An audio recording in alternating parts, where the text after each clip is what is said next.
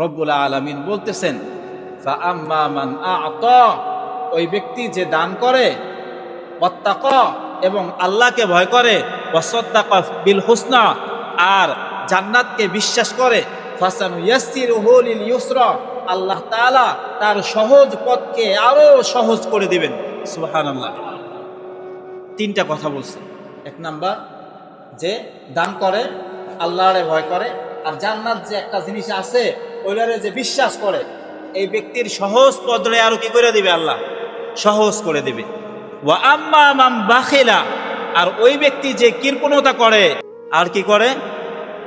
ওয়াস্তাগনা, নিজের বড় মনে করে, আমি ধনী, আমার সাথে কে আছে, আমার কথার জবাব কে দিবে, বড় মনে করে। ওয়াকাযযাবা বিল হুসনা, আর আল্লাহ যে তার নিয়ামত দিয়েছে এটারও অস্বীকার করে। তো তার ব্যাপারে আল্লাহ বলতেছেন, ফাসানুয়াসসিরুহু লিল উসরা, তার সহজ পথকে আল্লাহ তাআলা আরো কঠিন করে দিবেন, কঠিন থেকে কঠিন করে দিবেন। সহজ পথ হইল জান্নাতে যাওয়া। সহজ পথ কি? জান্নাতে যাওয়া। এই জান্নাতে যাওয়ারে কঠিন কইরা দেবে ওই সমস্ত ব্যক্তিদের জন্য যারা কৃপণতা করবে, যারা নিজের খুব বড় মনে করবে এবং জান্নাতকে বিশ্বাস করবে না। তাদের জন্য জান্নাতে যাওয়া কঠিন, জাহান্নামে যাওয়া সহজ হয়ে যাবে। উদাহরণ দিলে বুঝবেন। এক সাহাবী ছিল, আবু দাহদাহ রাদিয়াল্লাহু তাআলা আনহু। আবু দারদা না, আবু দাহদাহ, এই সাহাবী।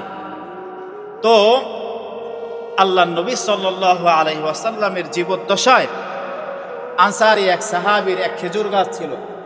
ওই খেজুর গাছের খেজুর ছিল বড় লোভনীয়।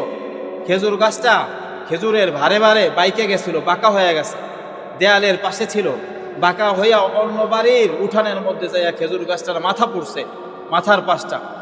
ওই বাড়িতে ওই লোকটা মারা গেছে, তার একটা বাচ্চা এতিম বাইচা ছিল। তো প্রতি বছর যখন খেজুর পাইরা নেয়, ওই ছোট বাচ্চার খুব লোভ লাগে, আগ্রহ জাগে খেজুর খাওয়ার, এবং তার চোখ থেকে অশ্রু ঝরে।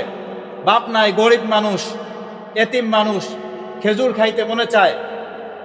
তো পাশের ওই আনসারি লোকটা ঠিকঠাকভাবে দেয়ও না। তো আল্লাহ রাসূলের কাছে এই ব্যাপারে সংবাদ গেছে। আল্লাহ রাসূল শোনার পরে ওই সাহাবীরা বলতেছেন যে, তুমি এই খেজুর গাছটা, তোমার তো অনেক কিছু আছে, এই খেজুর গাছটা ওই এতিম বাচ্চাটারে দিয়া দাও। তখন ওই ব্যক্তি বইলা উঠল যে, ইয়া রাসূলুল্লাহ, আমার বাচ্চাদের কাছে এই খেজুর গাছের খেজুর অনেক প্রিয়, আমি এইটা কিভাবে দেই, আমি দিতে পারবো না।